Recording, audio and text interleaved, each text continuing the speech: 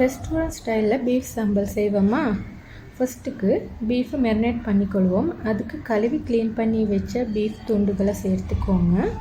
பீஃப்க்கு தேவையான அளவு உப்பு, 1/4 டீஸ்பூன் மஞ்சள் தூள், 1/4 டீஸ்பூன் மிளகுத்தூள், 1 டீஸ்பூன் வினிகரையும் சேர்த்து மிக்ஸ் பண்ணி 15 மினிட்ஸ்க்கு மெரினேட் ஆக வைங்க.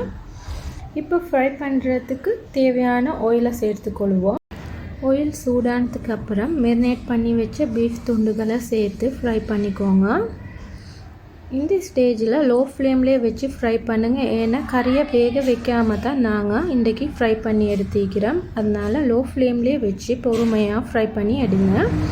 இப்போ பாருங்கள், நல்லா ஃப்ரை ஆகிக்கு. இப்போ இதை வேறையாக எடுத்து வச்சு அதே தாச்சில் 2 பீஸ் பட்டை, 1/4 டீஸ்பூன் சீரகம், 4-5 பச்சை மிளகாய், 4-5 பீஸ் ரம்ப இலை, 4-5 பல்லு பூண்டு, 4 பெரிய வெங்காயம், 2 தக்காளி,